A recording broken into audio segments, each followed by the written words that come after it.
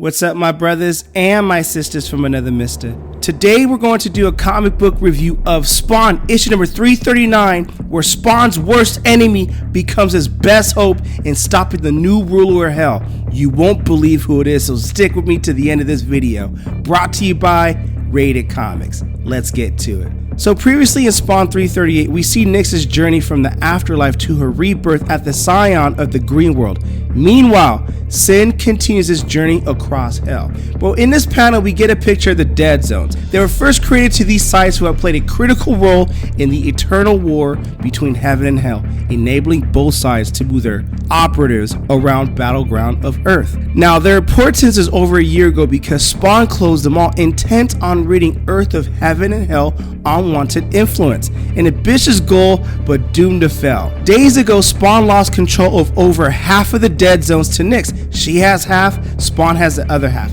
Before today is out, Spawn will lose control over the rest of them, as the doorways connecting heaven and hell to Earth will have been reopened, this time permanently. Okay, about time we get something interesting with these damn dead zones in Spawn, you know? But meanwhile, in this panel right here, Hans is waiting to meet up with Spawn, and he's like, I can't wait any longer. There's poison in my suit that's killing me. Where the hell is he? And Kurt tells Daniel to relax, he'll be here. We can't trust him, says Daniel. And he feels he's getting screwed by Spawn by all this because he believes that if he were to stay with Nyx and Downing, this would have all been sorted by now and he would have had his cure.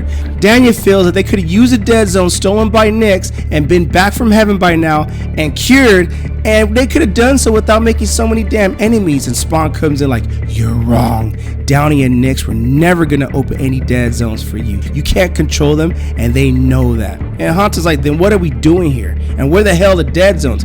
Well, you're near the edge of one right now, says Spawn. This one's a bit of a longer route than the others, but it'll get us into heaven undetected, where we retrieve our targets. And Han's like, targets? I thought we were gonna find the antidote, like my antidote to end my sickness. And Spawn's like, man, there's a weapon capable of neutralizing anyone powered by necroplasm. And Sin, that lunatic Sin, is fixated on reclaiming the throne of hell. But to do that, he needs me to open up the rest of the dead zones first. And he's found a way to drain my powers. I barely survived our last fight, so I need to level the playing field.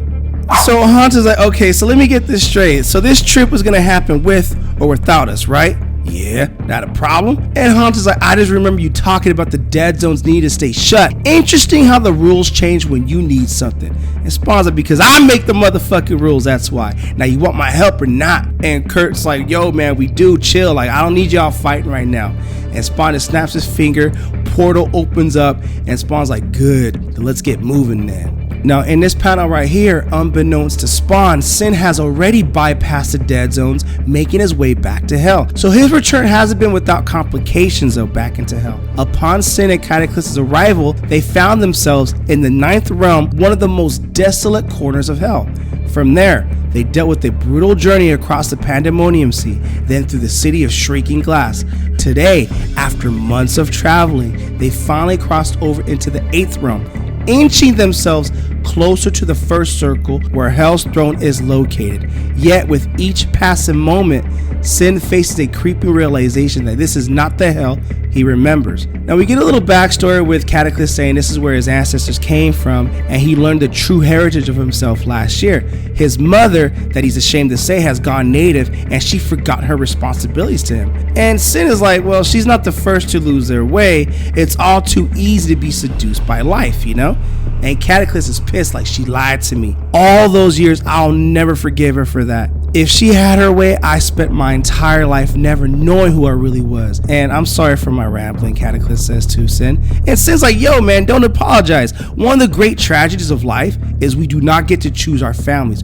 Her failings are not yours, so don't trip about it. So they arrive to the Tower of Wrath, currently occupied by Lord Barbados. And they look upon that tower, and Cataclysm is like, well, won't they stop us from entering? And Sin's like, yes, because they don't know the consequences yet. And Sin's like, hey, guess what? If they do want to find out those consequences, well, they're going to mess around and find out those consequences. So these two soldiers step in and like, step no further. You are trespassing on the lands of Lord Barbados. Identify yourselves and state your business. And Cataclysm is like, yo, man, this is Cog. You will beg his forgiveness and take us to your master. And they're like, you enter when I allow it, son. Son, my ass. And he impales him, and Catechus goes to work on him. I'll repeat myself after the other soldier looks in horror. Run to your master and tell him that Cog has returned, that the king of hell wishes to speak to him. Okay, all right, we're gonna go back into this void with Spawn, Hunt, and Daniel Kilgore, and this is how they're transported in between the dead zones. And this art panel right here, yo man, this is definitely worth the price of the comic book right there. This is pretty sick right here. So when they go into the dead zones transporting, Hunt asks him, so what are you gonna do about Nix and Jim Downing? The dead zones, they just took it out from you, you're not gonna even want to get it back for them? And Spawn's like, man, I'll deal with them eventually, but right now there's more important issues. Well, what if they come to you for the rest of the dead zones? And Spawn's like, man, they're smart, so they won't, so relax. And Kurt's like, it might be a bit late for asking, but is it safe for me going to heaven? I mean, what if I get stuck there? And Spawn's like, yo man, that's not how it works. If you want to survive this, then abandon everything you know about heaven. They've been conning humanity from the start. Okay, look, as a fellow Christian, I have my personal opinions about that, but for the sake of the storyteller, we're gonna get right back into it.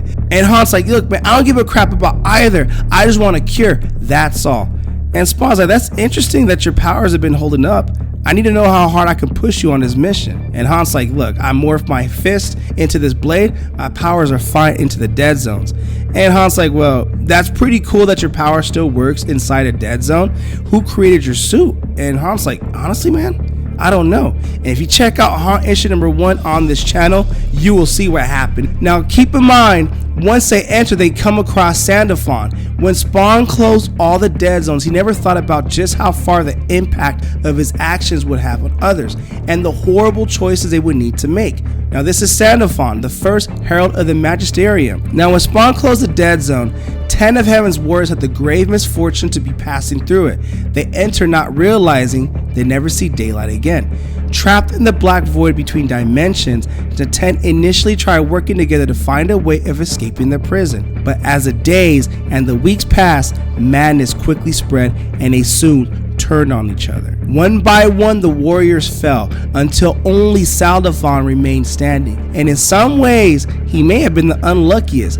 And him and Spawn and Hunt go at it, and it's a brutal battle. But while the others' suffering ended with their deaths, he was left in solitude for the past year. That isolation shattered the last of his sanity. Heaven and Hell knew this could happen. So to prevent either side from gaining an advantage, they introduced a failsafe, one that prevents any agents from using their powers inside a dead zone. Fortunately for Spawn, those restrictions do not apply to Hunt. He goes into a blade, impales him, dices him up, and that's it. Tell your mama to save you a plate. So that's what Hunt's telling that brother right there. So with their victory, they forged onward. And despite what Spawn said, Daniel Kilgore still feels a sense of awe when he finally arrives in heaven. Because remember, in Hunt issue number 1, Daniel was a priest. So even if the sight in front of him bears little semblance to what he studied in the seminary, he's pretty much in awe for what he sees. And Spawn's like, I'm not sure, this looks different from the last time I was here. And guess what? Now that they're here, all these heavens robotic angels with looking like scissor winks come in, and the lead one tells him, I almost pity you, Hell Spawn. Has Hell fallen so far that it would degrade itself by partnering with the Hunt? Now we'll see how this battle comes up, hopefully on the next issue, okay? So back into this panel right here, Barbados tells him, look, I apologize for my eccentric behavior. His insolence will be dealt with swiftly. And your reappearance, Cog, is a bit of a surprise, so forgive me for asking, but given that the dead zones are still locked, how did you make it back? And we know how we made it back. Spawn 333, baby. So Cog's like, look, man, that's a matter for another day, Barbados. For now, I want to talk about your sentry. Why didn't you know who I was? Well, look, it's an unacceptable disgrace. But as you understand, it's been quite some time since you were last here. And Cog's like, how long has it been? Oh, about 500 years. And judging from your expression, though, I gather the same amount of time has not passed on Earth. That blame then lies at the feet of whoever closed the dead zones to begin with, Spawn, and Cog gets pissed. Time moves differently down here, says Lord Barbados, but recent events completely destabilized the continuum, and now it is accelerating faster than ever before. So Cog asks him the whereabouts of the other people, Asmodeus, Innkeeper, Hafiz, and Lord Barbados like, look man, it's been some time since I heard those names.